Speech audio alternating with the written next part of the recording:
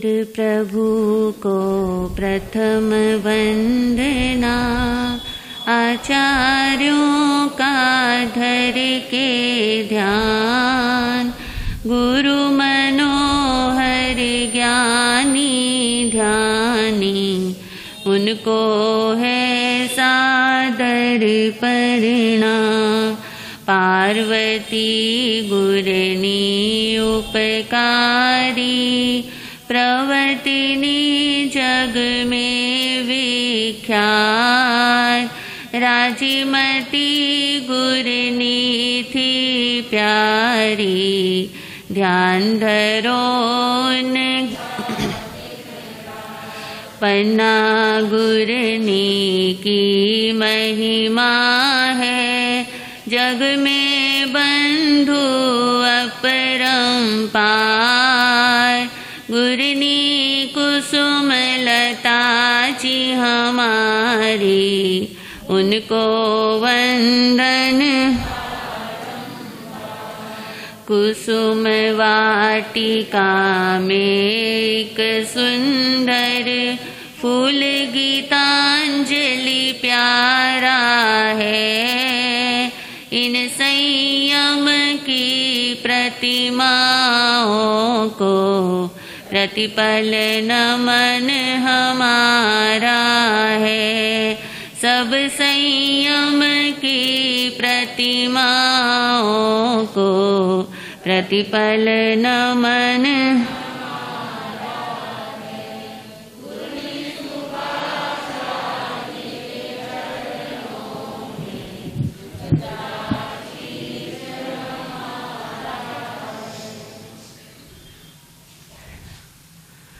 उपस्थित भव्य आत्माओं, पूज्य गुरुदेव एवं पूज्या गुरनी श्री जी महाराज साहब की अपार कृपा से उन्हीं के पावन पवित्र चरण सरोजों में बैठकर जो अपनी अल्प बुद्धि में 2-4 चिंतन के कण ग्रहण कर पाई, उसी में से कुछ आपके समक्ष रखने का अल्प प्रयास करने जा रही हूँ। आज रविवार है। रविवार का टॉपिक प्रतिदिन के टॉपिक से भिन्न रहता है। आज का जो प्रवचन का विषय चूज किया गया है वह है क्यों बने हैं आप मनुष्य।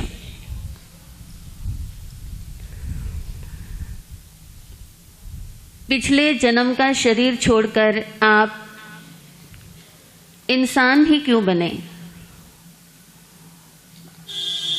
आप नरक में क्यों नहीं गए? आप देवता क्यों नहीं बने? आप कोई एनिमल लाइफ के अंदर क्यों नहीं गए? आप इंसान ही क्यों बने?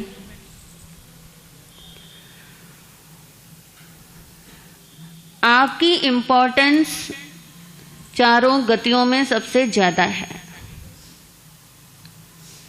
क्योंकि आप ही हैं जो भगवान हो सकते हैं। देवता भगवान नहीं बन सकते। पशु पक्षी श्रावक बन सकते हैं, वे भी भगवान नहीं बन सकते, यानी अरिहंत सिद्ध नहीं हो सकते। नारकियों को केवल ज्ञान नहीं हो सकता, क्योंकि जहां बहुत दुख है वहां पर भी ज्ञान प्रकट नहीं होता, और जहां बहुत सुख है वो भी ज्ञानी नहीं बन सकता। इंसान सुख और दुख के झूले में झूलता है, इसीलिए वो ज्ञानी बन जाता है। एकदम सुख और फिर एकदम से दुख, तो इंसान सोचने पर मजबूर हो जाता है कि ये सब क्या हो रहा है, व्हाट इज दिस। जब आप भोगते भोगते फेडअप हो जाते हैं तो आपको योग मार्ग अच्छा लगने लगता है। यही कारण है कि आज जितने भी पश्चिम के देश हैं वे भारत की तरफ अट्रैक्ट हो रहे हैं, क्योंकि यहाँ पर योगी मिलते हैं, साधक मिलते हैं। मनुष्य जीवन का महत्व तो बाइबल के अंदर भी माना गया है। बाइबल में कहा गया है God created man in his own image, कि इंसान जो है वो भगवान का ही रूप है। कुरान शरीफ के अंदर भी ये कहा गया है कि ये मनुष्य का जो इंसान का चोला है ये अल्लाह की नियामत है। हिंदू ग्रंथों के अंदर भी ये कहा गया है कि न ही मानुषात श्रेष्ठ धर्म ही किंचित, कि मनुष्य जन्म से श्रेष्ठ और उत्तम कुछ भी नहीं है।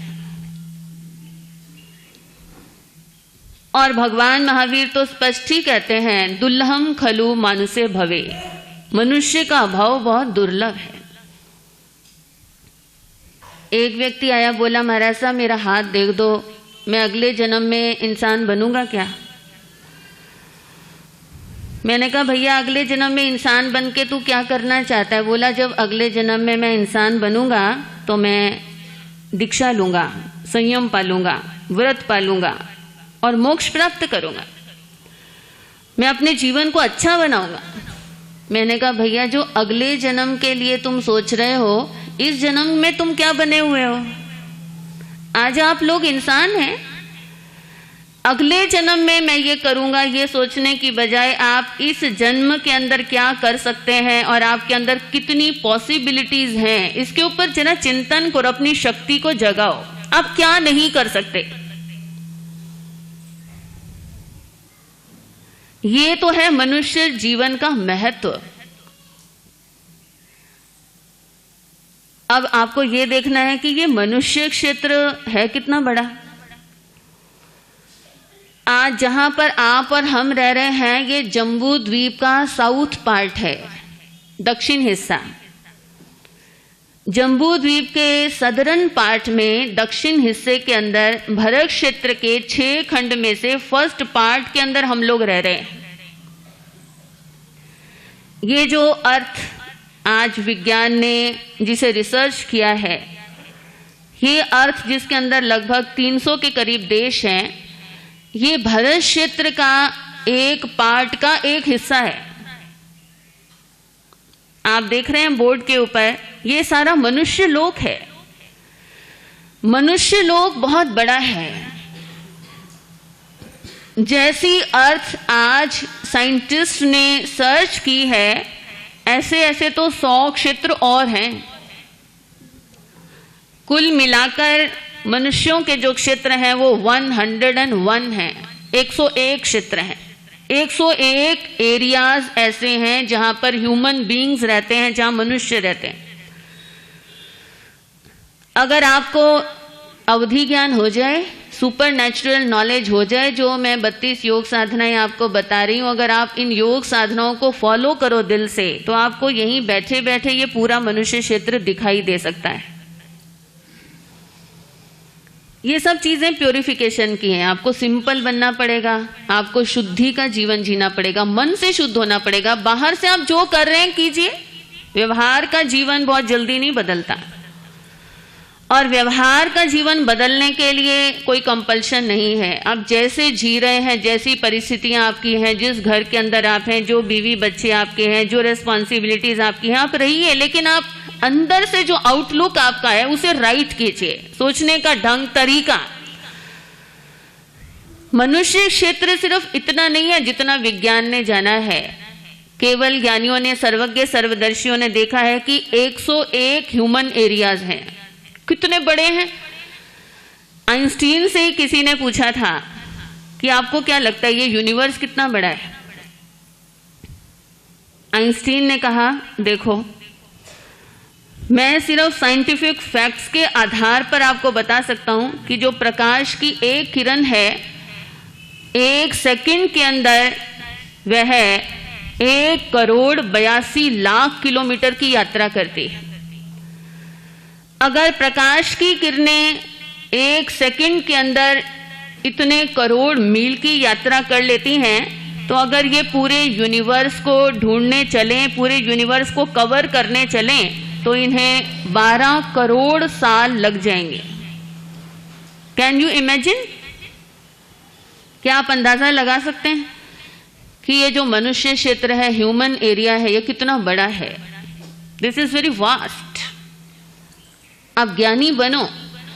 विज्ञान के आधार पर आप बहुत थोड़ा देख सकते हैं, क्योंकि इंस्ट्रूमेंटल जो नॉलेज होती है वो बहुत लिमिटेड है। लेकिन अगर आत्मा का ज्ञान आपको प्रकट हो जाए तो आप बहुत दूर दूर तक देख सकते हैं, यहीं बैठे बैठे आपको दिखाई देगा।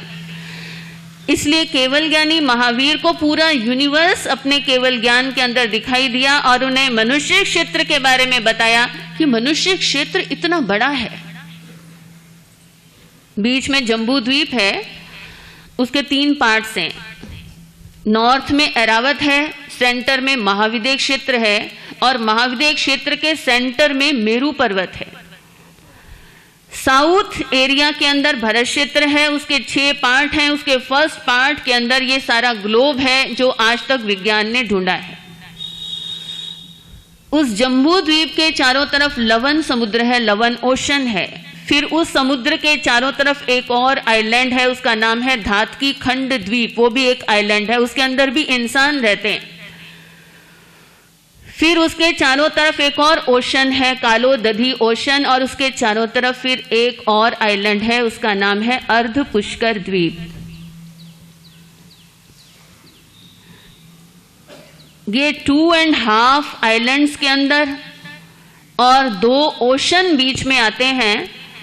ये 2.5 द्वीप का, ये 2.5 आइलैंड्स का हमारा पूरा ह्यूमन एरिया है। और उसके बाद जो आपको पर्वत दिखाई दे रहा है वो मानुषोत्तर माउंटेन है, उसे कोई इंसान आज तक क्रॉस नहीं कर पाया।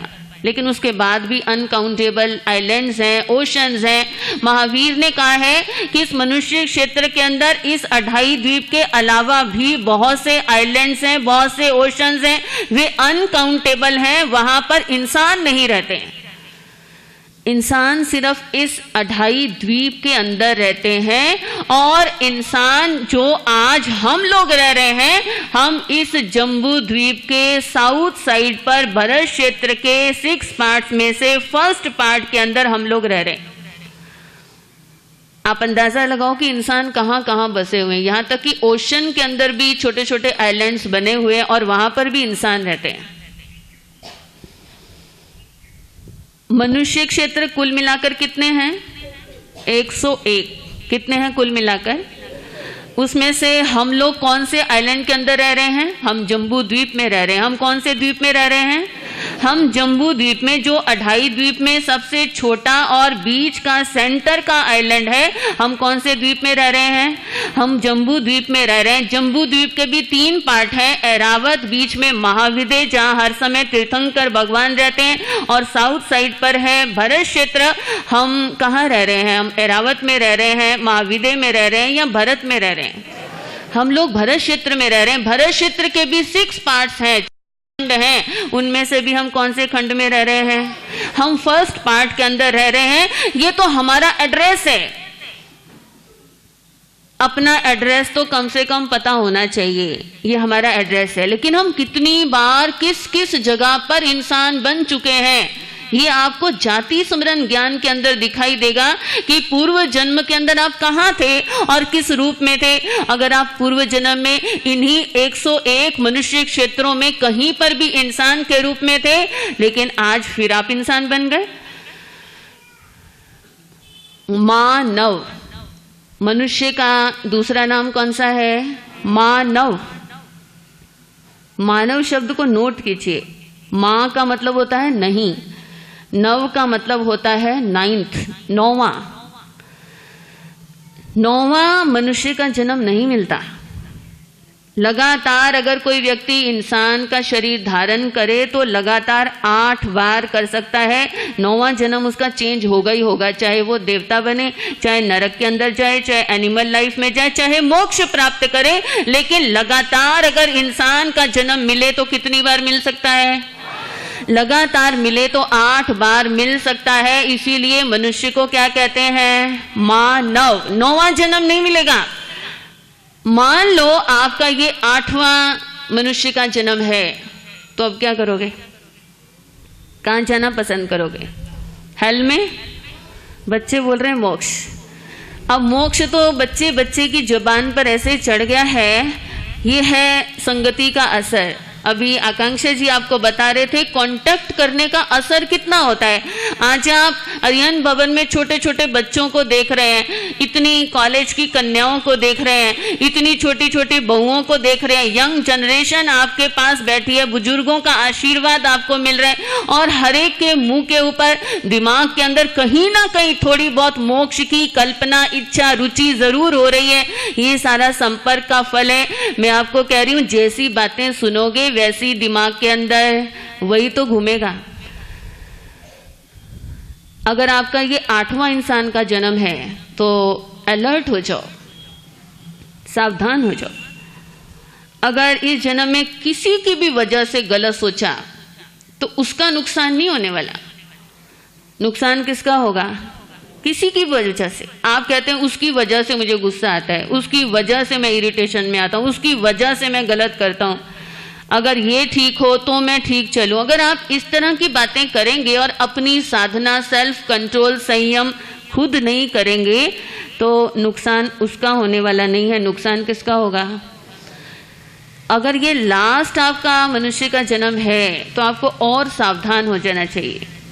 और अगर पहला, दूसरा, तीसरा, चौथा कोई भी है तो भी आपको सावधान रहना चाहिए, क्योंकि आपको ये पता होना चाहिए कि आप इंसान बने क्यों। अगर आपको ये पता चलेगा कि आज आप इंसान बने हैं और कौन कौन से रीजन के कारण आज आप इंसान का शरीर प्राप्त करके बैठे हैं, तो कम से कम आप उन रीजंस को तो सिक्योर रखोगे, उन रीजंस को तो आप रिजर्व रखोगे। घाटे का सौदा तो नहीं करोगे, नरक और तिर्यंच गति में एनिमल लाइफ के अंदर तो नहीं जाओगे। वरना आज मैं आपको बता दूं, 80% जो इंसान हैं वो सब एनिमल लाइफ भोग कर यहां पर इंसान बने हैं और 80% जो इंसान आज आपको दिखाई दे रहे हैं वो वापस फिर एनिमल लाइफ के अंदर ही जाने वाले हैं, क्योंकि एनिमल क्वालिटीज इतनी डेवलप हो रही है। इंसान बाहर से कुछ दिखाई देता है और अंदर से कुछ और है। ये सबसे बड़ी एनिमल क्वालिटी है कि इंसान का बाहरी रूप कुछ और है और अंदर का रूप कुछ और है। ऐसा क्यों कर रहे हो? किसको दिखा रहे हो? और किस लिए अंदर और बाहर से डिफरेंट लाइफ जी रहे हो? एक हो जाओ, जैसे हो वैसे अपने आप को शो करो। दिखावा क्यों करते हो? और जो गलती है उसे दूर करने की कोशिश करो, उसे इंप्रूव करने की कोशिश करो। गलती किसके अंदर नहीं होती? आज भरत क्षेत्र के अंदर एक व्यक्ति भी ऐसा नहीं है जो केवल ज्ञानी हो, और जब तक कोई केवल ज्ञानी नहीं है तब तक उसके अंदर कोई ना कोई क्या है, गलती है, तभी तो केवल ज्ञानी नहीं है। इसीलिए ज्यादा अपने आप को डेमोन्स्ट्रेट करने की जरूरत नहीं है, शो ऑफ करने की जरूरत नहीं है। सच्चे दिल से भक्ति करो, सच्चे दिल से ज्ञान प्राप्त करो। ये सारी सिंपल बातें हैं। मैं आपको कह रही हूं, अगर आप मनुष्य जन्म के रीजन जान जाएं कि आप किस लिए इंसान बने हैं, तो कम से कम आप प्रॉफिट नहीं भी कमा पाएंगे तो कम से कम मूल पूंजी को तो क्या रखेंगे? सुरक्षित रखें। इंसान बनने के 4 रीजन हैं। स्थानांक सूत्र के अंदर ऐसा तीर्थंकर भगवान ने फरमाया है। आज आप जो मनुष्य बने हैं, आपने पिछले जन्म के अंदर 4 काम में से चाहे 1 काम किया हो, 2 किए हो, 3 किए हो या 4 किए हो, जितने ज्यादा अच्छे काम किए होंगे इन चारों में से, तो उतनी अच्छी क्वालिटी के इंसान बन गए। क्योंकि इंसान तो वो भी हैं जो झुग्गी झोपड़ियों के अंदर पड़े हैं, जो फुटपाथ के ऊपर पड़े हैं, जो हॉस्पिटल्स के अंदर पड़े हैं, जो बेचारे अपंग हैं, लूले लंगड़े हैं, अत्यंत गरीब हैं, वे भी तो इंसान हैं। जो आपका नौकर है, सर्वेंट, वो भी इंसान है। और एक आप हैं बॉस, आप भी इंसान हैं। एक मिलियनर है, वो भी इंसान है। और एक बेगर है, वो भी इंसान है। लेकिन कुछ ना कुछ अच्छा तो उसने किया है। चाहे बेगर होना या मिलियनर होना, ये एक परिस्थिति है और परिस्थिति सत्य नहीं होती। क्योंकि कल का चाय बेचने वाला आज इंडिया का प्राइम मिनिस्टर बन सकता है।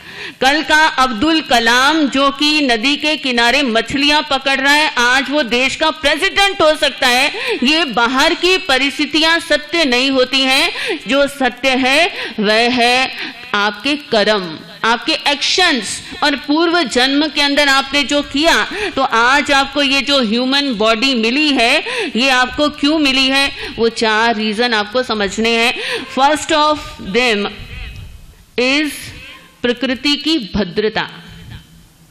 आपने पिछले जन्म के अंदर क्या किया? 4 काम किए। आप पूर्व जन्म के अंदर प्रकृति से भद्र रहे होंगे, तभी आज आपको ये इंसान का जन्म मिला है।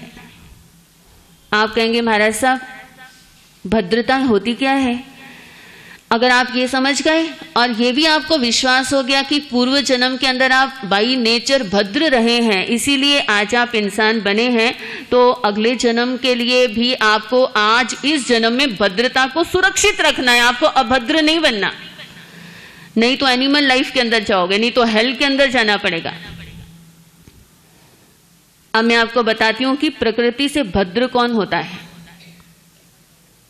प्रकृति का मतलब यहां पर है बाय नेचर, अंदर से, भीतर से। भद्र क्यों कौन होता है? हर व्यक्ति अपने आप को भद्र ही कहता है। भद्र मीन्स भद्रिक, अच्छा। अब मैं आप ही लोगों से पूछ लूं, जितने भीलवाड़ा वाले मेरे सामने बैठे हैं, कि आप में से अभद्र कौन है? कोई नहीं बताएगा। आपकी नजर अपने साथ वाले पर जरूर जाएगी, ये अभद्र है।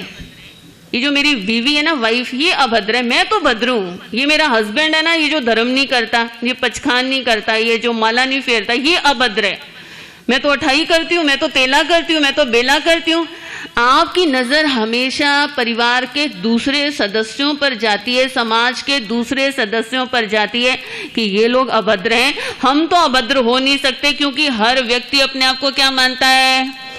बच्चे कहते हैं कि हम भद्र हैं, हमारे माँ बाप अभद्र हैं। ये हमें गालियां निकालते हैं, टोका टाकी करते हैं, कमेंट्री करते हैं। माँ बाप सोचते हैं कि हम तो बड़े अनुभव से भरे हुए हैं, हमारे तो इतने एक्सपीरियंस हैं। ये हमारे जो बच्चे हैं ना, ये अभद्र हैं, इनको बोलना नहीं आता, इनको रेस्पेक्ट करना नहीं आता, इनको कोई एक्सपीरियंस नहीं है। हर व्यक्ति अपने आप को क्या मान रहा है? भद्र। और दूसरे को क्या मानता है? लेकिन ऐसे बोलने से तो नहीं चलेगा। आप इंटरव्यू देने जाएं और आप इंटरव्यू लेने वाले से ये बोलें कि मैं MBA हूँ, मैं MBBS हूँ, या मैंने MCA किया हुआ है, या मैं BBA हूँ, तो वो कहेगा ज़्यादा बातें बनाने की ज़रूरत नहीं है, क्या दिखाओ? हाँ भीलवाड़ा वालों, बोल तो दिया करो। इतने तो ब्रिलियंट हो आप लोग, इतने एजुकेटेड हो कि मैं एक सेंटेंस बोलती हूँ, अगला सेंटेंस आप खुद समझ जाते हो कि मैं क्या बोलने वाली हूँ। वो कहेगा ज़्यादा बातें बनाने की ज़रूरत नहीं है कि मैंने ये किया वो किया, मुझे तो क्या दिखाओ। हर चीज का सर्टिफिकेट होता है, इसीलिए आप भद्र हैं तो सर्टिफिकेट दिखाइए। 3 सर्टिफिकेट आपके पास होने चाहिए, तो आप भद्र हैं। और पूर्व जन्म के अंदर तो आप भद्र रहे ही हैं, ये तो श्योरिटी है, ये तो पक्का ही है। पिछले जन्म में आप भद्र थे, इसीलिए आज आप इंसान बने हैं। ये तो महावीर बता गए, ये तो केवल ज्ञानी बता गए कि पूर्व जन्म के अंदर जो व्यक्ति भद्र रहा हुआ है, उसी को मनुष्य का जन्म मिलता है। तो जब पिछले जन्म के अंदर आप भद्र थे, तो इस जन्म के अंदर आप अभद्र क्यों बन रहे हैं? इस जन्म के अंदर भी भद्र बन के रहो। तो अगर देवता ना भी बन पाए तो कम से कम क्या बन जाओगे? इंसान तो बनोगे। और इस जन्म के अंदर भी इंसानियत सुरक्षित रहेगी, क्योंकि इंसान बनना आसान है, लेकिन इंसानियत को धारण करना। भद्र वो है जिसके अंदर 3 क्वालिटीज होती है। पहली बात तो ये है भद्र की पहचान, अपने आप को देखना, दूसरों को मत देखना, खुद को देखना। आप भद्र हैं या नहीं हैं? भद्र वो होता है जिसके अंदर 3 क्वालिटीज हो। पहली क्वालिटी है कि भद्र व्यक्ति वो है जो कभी हाथापाई नहीं करता। अगर मतभेद हो भी जाए तो भी वो हाथापाई पे कभी नहीं उतरेगा। मतभेद होना कोई बड़ी बात नहीं है। ट्रे के अंदर आप कांच के गिलास लेकर जाते हैं, तो वो कांच के गिलास भी जब आपस में टकराते हैं तो क्या होता है? शोर होता ही है। जहाँ पर बस्ती है वहाँ मतभेद है, जहाँ लोग हैं वहाँ पर मान्यताएं डिफरेंट हैं, ये कोई बहुत बड़ी बात नहीं है। डेमोक्रेटिक पार्टी है, अपन डेमोक्रेसी के अंदर जी रहे हैं और हर एक को अपना विचार अलग रखने की, भिन्न रखने की पूरी अधिकार है, पूरा अथॉरिटी है। लेकिन कांच के गिलास आपस के अंदर अगर शोर करते हैं तो घर के अंदर रौनक रहती है। अगर आपके मतभेद हैं तो ये इंसान की बस्ती होने की निशानी है कि यहाँ पर इंसान रहते हैं, मुर्दा नहीं रहते हैं। शमशान घाट के अंदर कोई विचारों का डिफरेंस नहीं है, क्योंकि वो बरसों से एक दूसरे के पास लेटे हुए हैं लेकिन कभी बात नहीं करते। जो बात करेगा वहां डिफरेंसेस आ जाएंगे। जहां इंसान रहेंगे वहां मान्यताएं, बिलीफ सबकी भिन्न भिन्न हो सकती हैं, लेकिन कांच के गिलास आपस में टकराएं तो कोई डर नहीं है, कोई भय नहीं है, वहां पर रौनक रहती है। लेकिन इतना ना टकराएं कि एक दूसरे से टकरा कर क्या हो जाए, टूट जाए। टकराओ, टूटो मत। इतना ना टकराओ कि एक दूसरे को देखना और बोलना भी पसंद ना करो। जो व्यक्ति भद्र है वो हाथापाई नहीं करता। एक बार एक छोटे से बच्चे ने अपने पापा से पूछ लिया, पापा रेडियो और टीवी के अंदर क्या फर्क है? पापा ने कहा, बेटा देख, जब मैं और तेरी मम्मी हम दोनों लड़ते हैं कमरे के अंदर तो हम रेडियो होते हैं, लेकिन जब लड़ते लड़ते हम गली मोहल्ले के अंदर पहुंच जाते हैं तो हम क्या बन जाते हैं, हम टीवी बन जाते हैं। ये रेडियो और टीवी के अंदर डिफरेंस है। लड़ो जरूर, लेकिन मोहल्ले के अंदर अपना तमाशा ना बनाओ। लड़ाई होना स्वाभाविक है, मतभेद होना नेचुरल है और होने भी चाहिए, क्योंकि जब एक का विचार अलग होगा, दूसरे का अलग होगा तो उसमें से क्रीम निकलेगी। जैसे आप दही का मंथन करते हैं तो दोनों हाथ एक साथ ही आगे नहीं जाते, एक साथ ही पीछे नहीं जाते, एक आगे जाता है और एक पीछे आता है। ये डिफरेंसेस होना जरूरी है, उसी में से मक्खन निकलता है, नई नई बातें निकलती हैं, ओरिजिनल विचार निकलते हैं। लेकिन जो व्यक्ति अपनी लड़ाई को समाज, गली और मोहल्ले के अंदर ले आता है, पड़ोसियों के अंदर ले आता है, ऐसा व्यक्ति भद्र कहलाने का अधिकारी नहीं। तो भद्र कौन है? पहली क्वालिटी क्या है? जो हाथापाई नहीं करता। दूसरी क्वालिटी है उसके अंदर लालच नहीं होता। कई लोग तो धर्म के नाम पर भी खा लेते हैं। मैंने एक व्यक्ति से कहा, मैंने कहा सारे समाज के लोग ऐसा बोलते हैं, कहते हैं कि तुम धर्म का भी खा जाते हो। बोला, महाराज साहब इसमें क्या बुराई है? आप ही कहते हैं कि धर्म की कमाई खाया करो, कि पाप की कमाई तो नहीं खाता ना, धर्म की कमाई खाता हूं। धर्म गुरु के नाम पर, धार्मिक संस्थाओं के नाम पर, चैरिटेबल इंस्टीट्यूट्स के नाम पर जो व्यक्ति पैसा खा जाता है या वहां की रकम भी हड़प कर जाता है, देश की सेवा के नाम पर मिनिस्टर बनकर, एमएलए बनकर, एमपी बनकर, प्राइम मिनिस्टर बनकर, प्रेसिडेंट बनकर अथवा किसी नेतागिरी के चक्कर में आकर जो व्यक्ति देश के लोगों का पैसा खा जाता है, ऐसा व्यक्ति भद्र कहलाने का अधिकारी।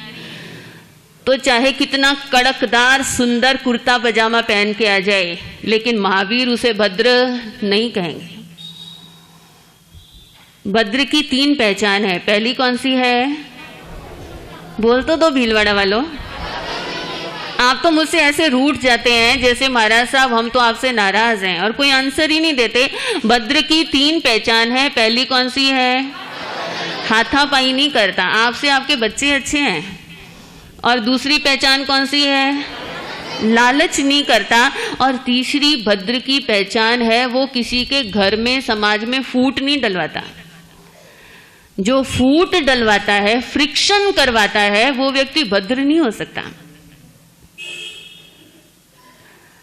आज परिवारों को जोड़ने की जरूरत है, तोड़ने की नहीं।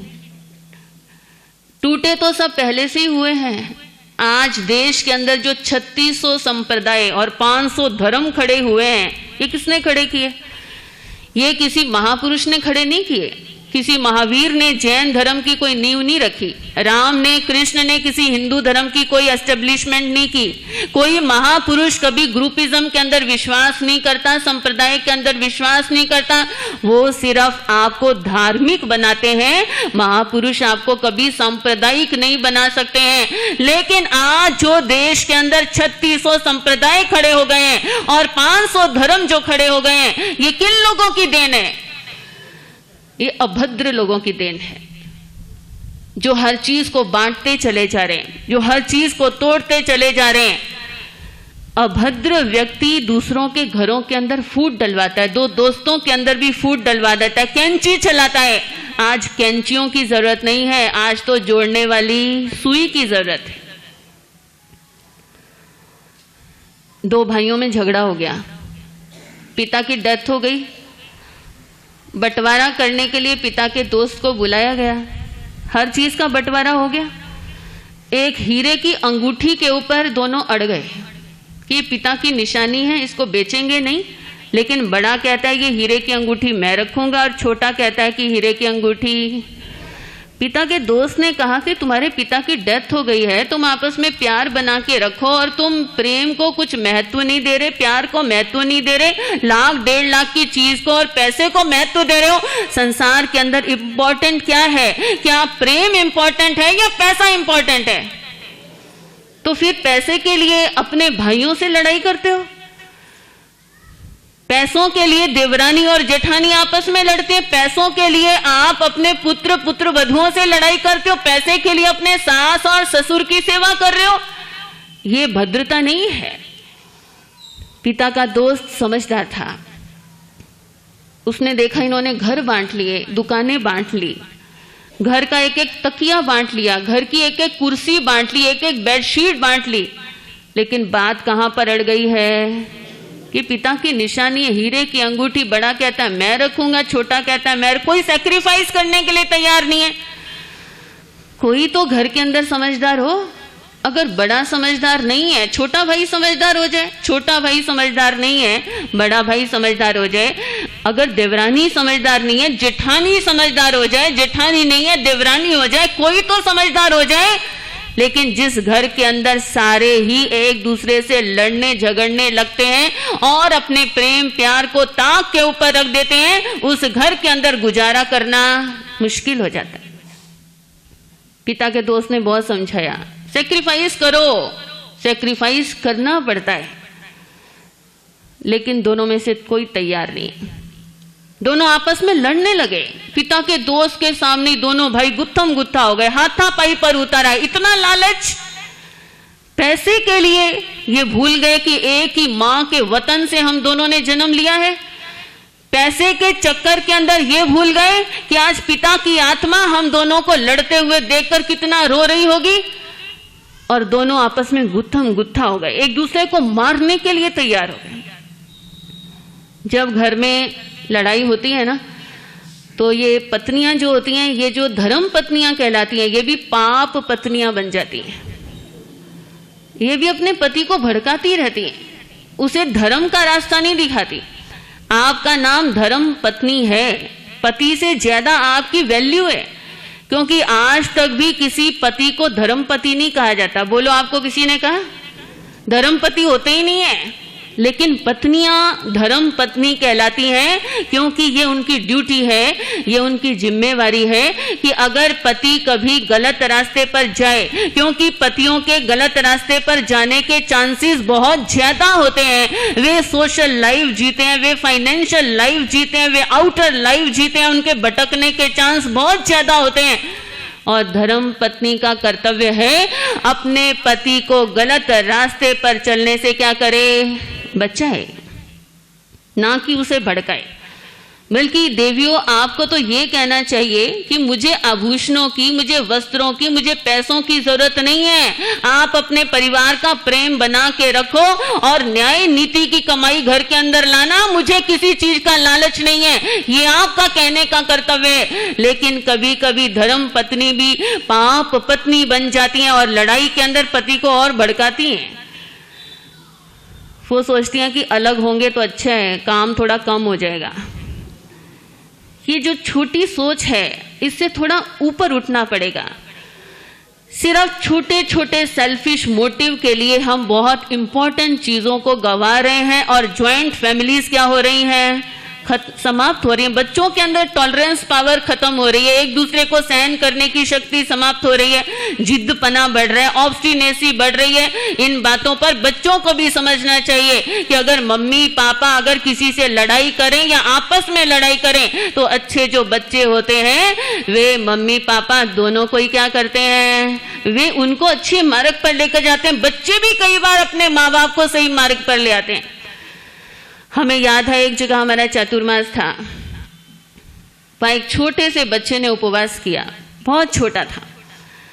अभी जब आचार्य आनंद ऋषि जी महाराज की जन्म जयंती मनाई तो ये जो कोठारी जी की बेटी है ये बैठी है सामने, छोटी सी बच्ची, इसने उपवास किया।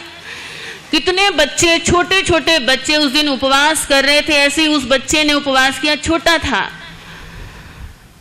शाम तक भी हमने पूछा तुझे भूख तो नहीं लगी? बोला नहीं गुरुजी मुझे भूख नहीं है, आज मैं भी उपवास करूंगा। इतना पक्का बच्चा, दृढ़ बच्चा। लेकिन उसका पापा शराब पीता था और रात को 12-1 बजे तक घर आता था। उस दिन उपवास के दिन वो बच्चा रात तक 12 बजे तक अपने पापा की वेट करता रहा कि सुबह से पापा मुझे मिले नहीं है, मैं पापा को बताऊंगा कि महाराज साहब के कहने से आज मैंने जिंदगी में पहली बार पापा क्या किया है, आज मैंने उपवास किया है। लेकिन पापा 12 बजे तक नहीं आए, शराब पी रहे हैं। जिनका बच्चा उपवास लेकर बैठा हुआ है वो दोस्तों की मंडली के अंदर बैठा हुआ शराब पी रहा, जुआ खेल रहा है। रात के 1 बजे पापा आए लेकिन बच्चा जाग रहा था। आज उसने संकल्प किया हुआ है। पापा ने पूछा बेटा सोया नहीं तू? पापा नहीं, आज मैंने उपवास किया है। क्या? हाँ पापा, आज मैंने सुबह से उबले पानी के सिवा और कुछ भी नहीं खाया। और ये गुड न्यूज मुझे आपको देनी थी कि मेरे पापा कितने खुश होंगे सुनकर कि मेरे बच्चे ने उपवास किया, इसीलिए पापा मैं नहीं सोया और आज मेरा उपवास है। वो 35-40 साल का लड़का अपने 6-7 साल के लड़के को देख रहा है। लड़का वो भी है और लड़का वो भी है। वो शराब पीने के अंदर 12-1 बजे तक बिजी है और उसी के जेहन से जन्मा हुआ, उसी के खून से पला हुआ, उसी का अपना बेटा उसके सामने क्या लेकर खड़ा हुआ है? उपवास धारण करके खड़ा है। गुरु बहुत बार समझा चुके होंगे लेकिन उसने शराब नहीं छोड़ी। संतों ने कितनी बार उसे प्रवचन सुनाए होंगे लेकिन उसने शराब नहीं छोड़ी। लेकिन आज अपने बच्चे को उपवास के अंदर देकर आज उस बाप का दिल अपने आप बदला और उसके बाद से उसने कभी शराब ना पीने की क्या ले ली? अपने आप ही सौगंध ले ली। परिवार के अंदर अगर बड़े समझदार नहीं हैं तो छोटे बने, छोटे नहीं हैं तो बड़े बने और अपने प्रेम प्यार और नियम मर्यादा व्रतों को सुरक्षित रखा जाए। अगर एक व्यक्ति समझदार नहीं है तो बाकी सारे मिलकर उसकी चलने ना दें। उसके पिता के दोस्त ने कहा कि ये दोनों तो मूर्ख हो गए हैं, एक अंगूठी के लिए लड़ रहे हैं। उसने कहा जब तक तुम दोनों एक दूसरे के लिए सेक्रीफाइस करने को तैयार नहीं हो, ये हीरे की अंगूठी मैं लेकर जा रहा हूं। जिस दिन तुम्हारे दिल के अंदर एक दूसरे के लिए कुर्बानी करने की बात आए, ये अंगूठी लेकर आ जाऊंगा। वो अपने घर ले गया, देखा दोनों भाइयों की बोलचाल तो बंद है, कोई एक दूसरे को देखने को भी तैयार नहीं है। नहीं, इस परिवार को टूटने नहीं देना, ये मेरे दोस्त का परिवार है, इन्हें मुझे जोड़ कर रखना है। ज्वेलर की शॉप पर गया, बिल्कुल डिट्टो वैसी की वैसी एक और हीरे की अंगूठी चुपचाप उसने बनवाई। देखने में बिल्कुल पहचान नहीं आ रही कि पुरानी कौन है और नई कौन है। 2 अंगूठियां बना ली लेकिन दोनों को एक साथ बिठा कर नहीं दी। पहले बड़े भाई के घर में गया, तुम्हारे छोटे भाई ने ये हीरे की अंगूठी तुम्हें दे दी है, सेक्रीफाइस कर दिया है। वो कहता है कि बड़ा भाई तो पिता के समान होता है, इसीलिए अगर वो रखे या मैं रखूं तो क्या फर्क पड़ता है। बड़े भाई ने ये सुना तो पानी पानी पानी पानी हो गया, लेकिन फिर भी हीरे की अंगूठी तो उसने रख ही ली। फिर पिता का दोस्त दूसरी अंगूठी लेकर छोटे भाई के घर गया। बड़े भाई ने तुम्हारे लिए कुर्बानी की है। वो कहता है कि छोटा भाई जो होता है बच्चे की तरह होता है, बेटे की तरह होता है, अगर वो रख ले तो मुझे कोई परेशानी नहीं है, ये तुम रख लो। दोनों के मन के अंदर आया, ओह मेरा भाई मुझसे कितनी मोहब्बत करता है, कितना प्रेम करता है। अंगूठियां दोनों ने संभाल के रख ली चुपचाप, लेकिन आपस में क्या हो गया, प्रेम हो गया, आपस में एकता बन गई। शादियों पर इकट्ठे आने जाने लगे, बोलचाल शुरू हो गई, घर के लोग भी आपस में मिलने जुलने लगे। पिता के दोस्त ने जो बात सोची थी वो बात क्या हो गई, वो लक्ष्य पूरा हुआ कि एक परिवार जो टूट रहा था वो टूटने से क्या हो गया, बच गया। एक शादी पर दोनों फैमिलीज इकट्ठी गई हुई थी। ये जो पत्नियां होती है ना, ये कुछ भी छुपा के नहीं रख सकती। जब तक ये अपनी देवरानी को ये ना दिखा लें या अपनी जेठानी को ये ना दिखा लें कि हमारे पास क्या क्या है, और दूसरे को ये ना बता दें कि देख तू हार गई और मैं जीत गई, तब तक इनके रोटी हजम।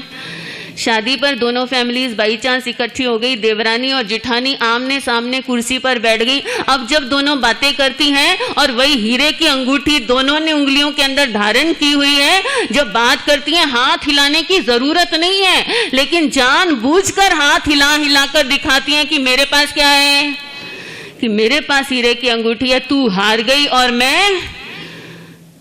अब दोनों ने देखा कि दोनों के पास ही हीरे की अंगूठी है और एक जैसी है, तो फिर मन के अंदर डाउट हो गया कि कहीं डुप्लीकेट मुझे तो नहीं दे दी, नकली मुझे तो नहीं दे दी। दोनों भागी और उसी समय ज्वेलर की दुकान पर, बाई चांस उसी ज्वेलर की दुकान पर दोनों फैमिली चेक करवाया। ज्वेलर ने कहा ये तो 101% क्या है, दोनों ही हीरे की अंगूठियां हैं। और उस ज्वेलर ने ही उनको बता दिया कि तुम्हारे पिता के दोस्त ने तुम्हारे प्रेम को बनाए रखने के लिए अपने पल्ले से 1,00,000-1,50,000 रुपया खर्च कर डिट्टो वैसी की वैसी क्या बना के दी है, वैसी अंगूठी तुम्हें बना के दी है। और वे दोनों परिवारों के मस्तक शर्म से झुक गए, लज्जा से झुक गए। कहां तो हम 1,00,000-1,50,000 की चीज के लिए लड़ाई कर रहे हैं, और कहां हमारे पिता का दोस्त हमारे प्रेम को बनाए रखने के लिए अपने पल्ले से लाखों रुपए क्या कर रहा है, और उसने हमें बताया तक नहीं। अब बताओ, वो जो पिता का दोस्त था वो भद्र था या अभद्र था, और वो जो दोनों भाई हैं वो कैसे हैं, वो भद्र हैं या अभद्र हैं। अब आप अपनी पहचान करो। अगर आपकी लाइफ के अंदर 3 क्वालिटीज हैं तो आप भद्र हैं, पूर्व जन्म के अंदर आप भद्र रहे हैं। 3 क्वालिटीज कौन कौन सी हैं? जो भद्र होता है वो क्या नहीं करता, वो हाथापाई नहीं करता। जो भद्र होता है वो क्या नहीं करता, वो लालच नहीं करता। और जो भद्र होता है वो क्या नहीं करता, वो फूट नहीं डालता, वो जोड़ता है, वो तोड़ता नहीं है। आपने पूर्व जन्म के अंदर तीनों को फॉलो किया है। आपने पिछले जन्म में हाथापाई नहीं की, तभी इंसान बने हो। आज क्यों कर रहे हो? आपने पिछले जन्म के अंदर लालच नहीं किया, इसीलिए आप मनुष्य के शरीर के अंदर उत्पन्न हुए हैं। आज क्यों कर रहे हो? पिछले जन्म के अंदर आपने किसी के घर के अंदर फूट नहीं डाली, आज क्यों डाल रहे हो? आज फ्रिक्शंस वाले काम क्यों कर रहे हो? अगर आप पूर्व जन्म के अंदर प्रकृति से भद्र ना रहे होते तो आज आपकी माता मां ना होती और आपके पिता ना होते। आप नरक के अंदर पड़े होते, आप पशु पक्षी बनकर घूम रहे होते। लेकिन आज आप अगर इंसान बने हैं तो ये अवश्य ही पिछले जन्म के अंदर आप क्या थे? आप भद्र थे। गौरव फील करो, गर्व का अनुभव करो कि पूर्व जन्म के अंदर आपने भद्रता को ओबे किया। तो आज संकल्प करो कि इस जन्म के अंदर भी हम क्या रहेंगे? हम भद्र रहेंगे। कभी हाथापाई नहीं करोगे ना? जो मैं बोलूंगी सब करोगे ना? तो मेरे साथ बोलो, हम हाथापाई नहीं करेंगे। बोलो, हम लालच नहीं करेंगे, हम गुस्सा नहीं करेंगे।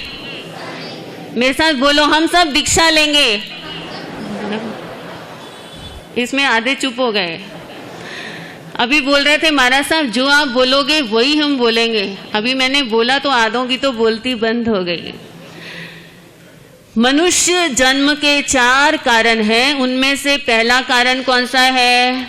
प्रकृति की भद्रता। जो व्यक्ति प्रकृति से भद्र है उसे मनुष्य का जन्म मिलता है, और ये गर्व की बात है कि आप सब लोग पूर्व जन्म के अंदर क्या थे, प्रकृति से बाई नेचर आप भद्र थे, और आपके अंदर ये तीनों बुराइयां नहीं थी, इसीलिए आप मनुष्य बने। आज भी इस गुण को सिक्योर करके रखो। दूसरा जो गुण है वो है प्रकृति की विनीतता। बाई नेचर आप पूर्व जन्म के अंदर सॉफ्ट रहे हैं, पोलाइट रहे हैं। अगर आप पोलाइट ना होते तो आप मनुष्य नहीं होते। पोलाइटनेस भी दो तरह की होती है, एक डेमोन्स्ट्रेशन वाली, एक रियल। एक तो दिखावे की विनम्रता होती है, दिखावे की विनय। जैसे मैंने आपको पहले भी बताया था, नेता लोग जब अपने गले में मालाएं डलवाते हैं ना, तो अपनी गर्दन को क्या करते हैं, जब आपके से वोट मांगने आते हैं, फिर देखा करो उनके नाटक, कैसे हाथ जोड़ते हैं, पैरों में पड़ जाते हैं। और जब एमएलए एमपी बन जाते हैं या मिनिस्टर बन जाते हैं, फिर उनके पास जाओ और बोलो उन्हें कि हमारे चरणों में धोख दो जैसे पहले दे रहे थे। ये मतलब की जो विनय है, ये मतलब का जो विनम्रता का दिखावा है, ये नहीं, बाई नेचर। इसीलिए महावीर ने जो शब्द दिया है, प्रकृति की विनय, प्रकृति की भद्रता, दिखावे की नहीं, बाई नेचर जो व्यक्ति पोलाइट है, स्वभाव ही जिसका विनम्र है, जो विनयवान है, ऐसा जो व्यक्ति है वह कभी गुस्सा नहीं करता। गुस्सा करता है तो सिर्फ ऊपर से करता है, डिसिप्लिन बनाने के लिए। घर के अंदर अफरा तफरी ना मचे, एक अच्छा कोड ऑफ कंडक्ट बना रहे, रूल्स एंड रेगुलेशंस ओबे हो, इसलिए वो फैमिली के अंदर, सोसाइटी के अंदर कभी ऊपर से कठोर बोलता है, लेकिन अंदर से बाई नेचर वो सॉफ्ट है, बाई नेचर वो विनयवान है। जो अंदर से विनयवान है और अंदर से विनम्र है, ऐसा व्यक्ति अगले जन्म में कौन सा जन्म धारण करता है, वो मनुष्य बनता है। न्यूटन एक बहुत बड़ा साइंटिस्ट था, उसने बहुत साल तक एक इन्वेंशन की और बहुत से कागज, कीमती कागज जो रिसर्च पेपर थे, वो लिखकर एक दिन उसने अपना काम कंप्लीट किया, और रात के समय टेबल के ऊपर वो कागज रखे हुए थे। बरसों की मेहनत बोल रही थी। रात का समय था, टेबल पर कैंडल जल रहा था। न्यूटन को प्यास लगी, वो पानी पीने के लिए किचन में गया। इतने में पीछे से जो उसका डॉगी था, पालतू डॉगी डायमंड जिसका नाम था, वो डायमंड उछल कर टेबल के ऊपर चढ़ा। उसके उछलने से वो जलती हुई कैंडल क्या हो गई, कागजों के ऊपर गिर गई, और सारे कागज क्या हो गए, जल गए। आपका बेटा कभी आपका नुकसान करे, आपकी पत्नी आपका कभी नुकसान करे, आपका पति, आपके माता पिता या आपके बच्चे, कभी कोई पड़ोसी या कोई मित्र आपका नुकसान करे, तो आपका रिएक्शन क्या होता है। लेकिन जो प्रकृति से विनीत होते हैं, उनका रिएक्शन क्या होता है, उनके अंदर टॉलरेंस कितनी होती है, वे लोग किस तरह से व्यवहार करते हैं। न्यूटन जब आया, उसने देखा बरसों की मेरी मेहनत इस डायमंड ने क्या कर दी है, लेकिन फिर भी उसने डायमंड को कुछ नहीं कहा। उसने सिर्फ प्यार से डायमंड के सिर के ऊपर हाथ फेरते हुए कहा, oh diamond, you don't know what you have done, you have destroyed my all hard work. Diamond, तू नहीं जानता कि तू क्या कर बैठा है। एक कुत्ते से आप क्या आशा कर सकते हैं, एक पशु से आप क्या आशा कर सकते हैं। जो लोग आपका नुकसान कर रहे हैं वे पशु से ज्यादा नहीं है। जो लोग आज आप अच्छे रास्ते पर चल रहे हैं, सही कर रहे हैं, लेकिन आपकी टांग खींच रहे हैं, आपको परेशान कर रहे हैं, वे पशु से ज्यादा नहीं है। और पशु के ऊपर क्या गुस्सा करना, क्योंकि जिसे पता ही नहीं है कि सही क्या है, गलत क्या है, क्या करना चाहिए, क्या नहीं करना चाहिए, ऐसा अज्ञानी पशु तुल्य व्यक्ति मारने, पीटने और लड़ने के काबिल नहीं है, बल्कि वो दया का पात्र है। उस पर तो रहम करो, उसके लिए ये विश करो कि ये सद्बुद्धि वाला इंसान बने, इसको विवेक आए, ऐसी भावना करो तो पिछले अनुबंध खत्म होंगे। आप अपने पूर्व जन्म के अनुबंध लेकर घूम रहे हैं, ऋणानुबंध आपके साथ चल रहे हैं, और वो ऋणानुबंध ऐसे हैं, आपने दखल दिया हो तो वो आपकी लाइफ में दखल देते हैं, अगर आपने दखल ना दिया हो तो चाहे मच्छरों के घर के अंदर आप बैठ जाएं, एक भी मच्छर आपको दखल नहीं देगा। ये प्रकृति का सिस्टम है। लेकिन आप नया दखल मत दो। आप अपना पिछला अनुबंध समाप्त करो शांतिपूर्वक, लेकिन नया दखल ना दो, नहीं तो फिर वो दखल देने के लिए आएगा और ऐसा कितने जन्मों तक चलता रहेगा। स्टॉप करो। ये सिलसिला सिर्फ विनय से, ये टॉलरेंस से और ये शुद्ध उपाय करने से ही स्टॉप हो सकता है। महावीर कहते हैं 3 सॉल्यूशन के अलावा चौथा सॉल्यूशन मत करो। पहला सॉल्यूशन है गलत इंसान को उपदेश दो। अगर वो नहीं सुनता तो चुप हो जाओ, बी साइलेंट, उसे उसके भाग्य के ऊपर छोड़ो, चाहे आपका बेटा ही क्यों ना हो।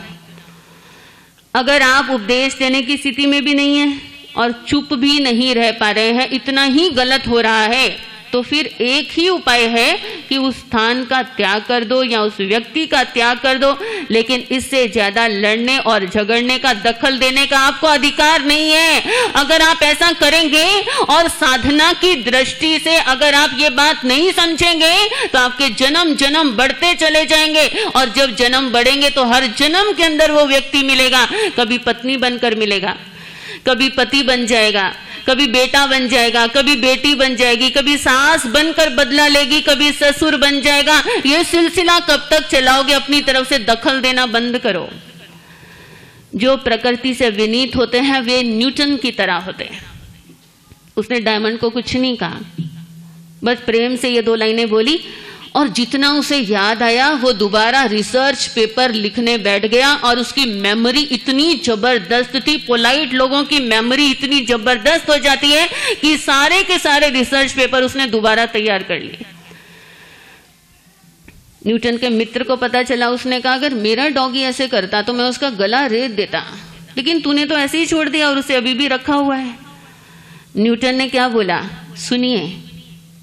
न्यूटन ने कहा देखो, मुझे अपने ज्ञान का कोई अभिमान नहीं है, और जिन्हें अभिमान होता है वे ही लड़ते हैं, वे ही गुस्सा करते हैं।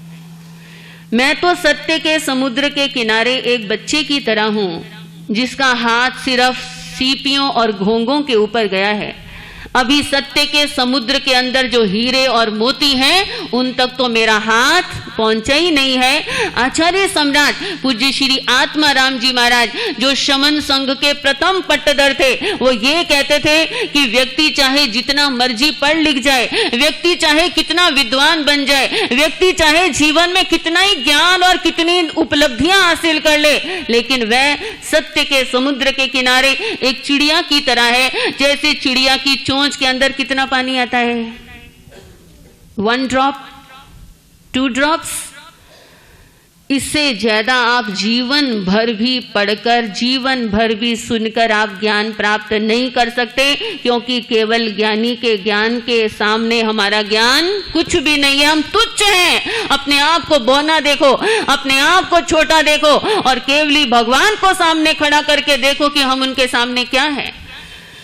तब आप बाई नेचर अपने आप ही पोलाइट बन जाएंगे। और अगर ऐसी पोलाइटनेस आपके अंदर थी, आपके अंदर ऐसी विनम्रता थी, आपके अंदर ऐसी विनय थी, इसीलिए आज आप क्या बने हैं। ये आपका सौभाग्य है कि पूर्व जन्मों के अंदर आप इतने विनयवान रहे हैं, इसीलिए मनुष्य का जन्म मिला। आज भी अपनी विनय को क्या रखो, सुरक्षित रखो। पहला कारण मनुष्य बनने का कौन सा है? प्रकृति की भद्रता। और दूसरा कारण कौन सा है? प्रकृति की विनीतता, बाई नेचर सॉफ्ट और विनम्र होना। और तीसरा कारण है दयालुता, दया। पिछले जन्म में आप बहुत दयालु रहे हैं। आपने किसी ना किसी को खाना खिलाया, पानी पिलाया, आपने कपड़े दिए, इसीलिए आज आपको खाने को मिल रहा है। आपके बच्चों को भी खाने को मिल रहा है, आपको पहनने के लिए कपड़े मिल रहे हैं। उनको देखो ना, जिनकी गरीब बेटी के शरीर के ऊपर एक दुपट्टा भी नहीं है, उनको देखो ना, जो हलवाई की दुकान के सामने बेचारे जूठी पतले चाट रहे हैं। आपने जरूर बहुत अच्छी क्वालिटी की दया पाली है, बहुत अच्छा दान पुण्य किया है, इसी कारण आज आपको क्या मिल गया है? आज आपको ये मनुष्य का शरीर मिल गया है। लुधियाना के अंदर एक जैन श्रावक हैं ओसवाल, जिन्होंने अपने गरीब साधर्मी जैन बंधुओं के लिए एक पूरी सिटी बसाई है अपने पैसे पर। उन्होंने कितने सारे 2-2 कमरों के फ्लैट बना दिए हैं और पूरा एक नगर अपने गुरु के नाम पर बसा दिया, जिसको इंद्र नगर कहा जाता है। लुधियाना के अंदर इंद्र नगर मशहूर है। और वहां पर हर फ्लैट वो सिर्फ गरीब साधर्मी बंधु को देता है जिसके पास ज्यादा साधन और सुविधाएं नहीं है, और महीने का सिर्फ 20 रुपया रेंट लेता है, नॉमिनल रेंट। और 20 साल तक अगर कोई व्यक्ति उस फ्लैट के अंदर रह जाए तो वो फ्लैट उसी का हो जाता है। ऐसे ऐसे श्रावक भी है। आप लोग क्रूर तो नहीं है, क्योंकि आपका जन्म ऐसे घरों के अंदर हुआ है जहां क्रूरता नहीं है, जहां क्रूरलिटी तो नहीं है, लेकिन आप कठोर हो सकते हैं। क्रूर वो होता है जो जानबूझकर किसी को दुख देता है। आप जानबूझकर तो किसी को दुख नहीं देते, लेकिन दुनिया के अंदर जो दुखी लोग हैं उन्हें देखकर आप अपना सुख छोड़ना पसंद नहीं करते हैं। आप नारे तो लगाते हैं, जियो और जीने दो, लिव एंड लेट लिव। तो जियो जीने दो का मतलब क्या है? फुटपाथ के पास से गुजरकर आप ये नारा लगा रहे हैं जियो और जीने दो, तो वो इसका मतलब क्या है कि एक गरीब इंसान बिना पैसे के जी रहा है, तो आप ये नारा लगा रहे हैं कि जैसे मैं जी रहा हूं मैं जीऊंगा और जैसे तू जी रहा है वैसे तू जी, जियो जीने दो का ये मतलब है? एक गरीब कन्या, उसके पास में पढ़ाई के लिए, उसके पास में अपने घर को चलाने के लिए कुछ नहीं है, क्या आपका फर्ज नहीं है कि जैसे आप अपनी बेटी को पढ़ाते लिखाते हैं, आप उस बेटी को भी पढ़ाओ लिखाओ, आप उस बच्चे को भी गोद लो, आप उसे भी अडॉप्ट करो और आप अपने सुविधाओं के आधार पर उन बच्चों का जीवन बनाओ, उन गरीब लोगों की सहायता करो। आप क्रूर तो नहीं है, लेकिन कभी कभी क्या हो जाते हैं? कठोर हो जाते हैं। कठोर मत बनिए, जितना कर सकते हैं उतना कीजिए। जैसे आप बिजनेस टूर पर जाते हैं, होटल ढूंढते हैं ना, ऐसे आप गरीबों को ढूंढिए। आप सर्च कीजिए कहां पर जरूरतमंद है, नीडी है, और आप उनकी हेल्प करने के लिए तैयार हो जाइए। ये दया, आप जानते हैं मेघ कुमार राजकुमार कैसे बना? हाथी के जन्म के अंदर उसने छोटे से खरगोश की क्या की थी? 2.5 दिन तक पैर को ऐसे उठा के रखा और उस खरगोश को जगा दी कि खरगोश मारा ना जाए और आग के अंदर जल ना जाए। पशु के भाव के अंदर इतनी दया पाली तो वो हाथी मरकर क्या बना है? आज आप लोग भी तो राजकुमार और राजकुमारियां बनकर ही तो बैठे हो। इतने बंगले आपके पास, इतनी गाड़ियां आपके पास, इतना पैसा आपके पास है। आपने भी दया पाली है, आपने जीवों की रक्षा की है, आपने इंसानों की भी मदद की है। इसी कारण आज आप क्या बन गए हो? आप इंसान बने हो तो आगे के लिए भी अपनी एफडी को क्या रखना है? सुरक्षित रखना है। आज भी दया करो, आज भी दान पुण्य करो और जरूरतमंदों की सहायता करो। ये तीसरा गुण है, इसका नाम क्या है? दया। चौथा गुण है ईर्ष्या रहित होना। आप पिछले जन्म के अंदर आपके अंदर जेलसी नहीं थी, इसीलिए आज आप इंसान बने हो। अगर जेलसी होती तो आप एनिमल बनते, लेकिन पिछले जन्म के अंदर आपके अंदर ईर्ष्या नहीं थी। Let there be competition, let there be no jealousy. Competition करो, जेलसी क्यों करते हो? एक व्यक्ति 1 लाख रुपया दान देता है तो आप जेलसी क्यों करते हो? आप 2 लाख दो। एक व्यक्ति 28 करता है, आप जेलसी क्यों करते हो? आप 16 उपवास करो। एक व्यक्ति मास खमन कर रहा है, आप जेलसी क्यों कर रहे हो? आप डबल मास खमन कर लो। एक व्यक्ति ने बहुत अच्छी एजुकेशन ले ली, एक व्यक्ति के पास बहुत पैसा है, तो आप क्यों जलते हो? आप भी मेहनत करो, इतना पढ़ो लिखो, आप भी मेहनत करो, इतनी कमाई करो, आप भी अपना पुण्य बढ़ाओ, पुण्यवानी बढ़ाओ और समाज के अंदर ऊंचे बढ़ो। एक व्यक्ति गुरु की सेवा करता है तो आप कमेंट्री क्यों करते हो? आप जेलसी क्यों करते हो? आप भी गुरु की सेवा करो, आप भी संतों की सेवा करो, आप भी समाज की सेवा करो। नंबर 1 पर किसी को बनाया नहीं जाता, जो सेवा करता है वो अपने आप ही क्या बन जाता है? ईर्ष्या ना करो। बाकी बुराइयों से तो कुछ बेनिफिट हो सकता है। आप किसी को घुड़की दे दें तो वो डर जाएगा। आप अभिमान की बातें करेंगे, दूसरा हो सकता है इंप्रेस हो जाए। लालच करेंगे, हो सकता है पैसा बढ़ जाए। कपट करेंगे तो हो सकता है आपका काम बन जाए। लेकिन ईर्ष्या करने से तो आपको कोई बेनिफिट होने वाला नहीं है। बिच्छू जब दूसरों को डंक लगाता है और जब वो आग से घिर जाता है ना, और उसे दूसरा कोई डंक लगाने के लिए नहीं मिलता, तो बिच्छू फिर जब दूसरा डंक लगाने को नहीं मिलता तो क्या करने लगता है? वो अपने आप को डंक लगाना शुरू कर देता है। जो ईर्ष्यालु और जेलसी करने वाले लोग हैं, जब उन्हें कोई दूसरा नुकसान करने के लिए नहीं मिलता तो किसका नुकसान करते हैं? अपना नुकसान करते हैं, अपने शरीर का नुकसान करते हैं, अपने स्वास्थ्य का, हेल्थ का नुकसान करते हैं। इसलिए ईर्ष्या से क्या हो जाओ? मुक्त हो जाओ। महारानी सीता ने कभी किसी को दुख नहीं दिया, लेकिन फिर उसके ऊपर झूठा कलंक क्यों लगा?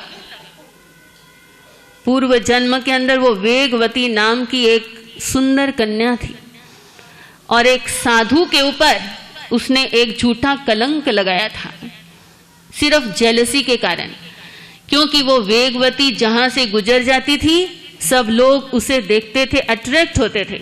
एक दिन जब तपस्वी साधु शहर के अंदर आ गए, तो बाजार के लोग और जितने गली मोहल्ले के लोग थे, सब साधु जी की भक्ति करने लग गए। उसकी तरफ किसी ने नहीं देखा, तो उसके अंदर ईर्ष्या पैदा हो गई और उस साधु की बदनामी करने के लिए मजाक मजाक के अंदर उस वेगवती जो कन्या है, उसने झूठा कलंक साधु पर लगा दिया कि मैंने तो इसको स्त्री के साथ देखा था, तुम लोग इसकी पूजा कर रहे हो। जरा सोच के बोला करो। जो आपके मुंह से शब्द निकलते हैं वे आम गृहस्थ के लिए भी गैर जिम्मेवारी वाले नहीं होने चाहिए। और फिर महापुरुषों के लिए जो आप शब्द बोलते हो, जरा उनकी जिम्मेवारी उठाना सीखो। वो जोखिम से भरा हुआ काम है और ऐसे जोखिम भरे काम ना किया करो। किसी के प्रति निंदा ना करो, आलोचना ना करो, बल्कि अगर उसके अंदर कोई अच्छाई है तो उसे क्या करो? उसे ग्रहण करो। वेगवती ने कलंक तो लगा दिया, पिता के कहने से बाद में माफी भी मांग ली मुनि जी से, क्योंकि मुनि जी ने तो संथारा कर लिया था कि मेरे ऊपर ऐसा झूठा कलंक लगा दिया है। लेकिन वेगवती ने माफी मांग ली, पिता ने उसको डांट दिया, लेकिन फिर भी वो कर्म थोड़ा बहुत क्या हो गया? वो बच गया। और महारानी सीता के भाव के अंदर, जबकि उसका कोई दोष नहीं था, उसकी कोई गलती नहीं थी, लेकिन उसे क्या मिला? उसका फल मिला। और जो कलंक उसने लगाया था, वह झूठा कलंक सीता महासती को भी अपने जीवन में क्या करना पड़ा? तो जरा सोचो तो आप कितने कलंक लगाते हैं। आप ईर्ष्या के कारण कितनी झूठी बातें बनाते, किसी को डिग्रेड करने के लिए, नीचा दिखाने के लिए कैसी कैसी बातें करते हो। जरा संभलो, ये जोखिम के काम ना करो, ये खतरनाक काम है, क्योंकि सब कुछ लौट कर आपके ऊपर ही आने वाला है। मनुष्य गति के 4 कारण हैं। पहला कारण कौन सा है? प्रकृति की भद्रता। दूसरा कारण कौन सा है? प्रकृति की विनय। और तीसरा कारण दयालुता। और चौथा कारण कौन सा है? ईर्ष्या नहीं करना। पूर्व जन्म में आप चाहे किसी मनुष्य के घर में थे या देवता थे या कहीं पर भी थे, आपने पिछले जन्म के अंदर ये चारों जो गुण हैं आपके लाइफ के अंदर थे। आप प्रकृति से भद्र भी थे, आप विनयवान भी थे, आप दयालु भी थे, आपके अंदर ईर्ष्या भी नहीं थी। तो ऐसा करो, इस जन्म के अंदर भी ये चारों क्वालिटीज को क्या करो? सुरक्षित रखो, सिक्योर रखो, ताकि अगले जन्म में कम से कम क्या बन जाओ? मनुष्य तो बन जाओ। क्यों बने हैं आप मनुष्य? इस टॉपिक पर आज आपने सुना।